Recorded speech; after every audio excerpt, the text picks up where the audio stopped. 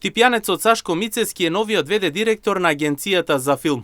Владата на Република Македонија го именуваше Мицески признат филмски монтажер и дизајнер за звук за ВД директор на Агенцијата за филм, заменувајќи на таа позиција Вероника Бучковска. Мицески, кој е активен и во продукцијата и постпродукцијата, ќе ги преземе управувачките функции во време кога македонската кинематографија се соочува со нови предизвици и можности. Мицески е познат и по својата активност во обновата на инфраструктурата на македонската филмска индустрија.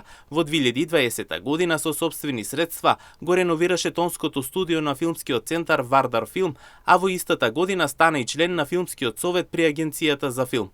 Во својата нова улога Сашко Мицески најавува ревитализација на филмската продукција и развој на новите модели на финансирање, како и уште поголема поддршка за младите таленти. Според него, филмската индустрија во Македонија мора да се адаптира на современите трендови, што подразбира инвестирање на нови технологии и пристапи кон публиката.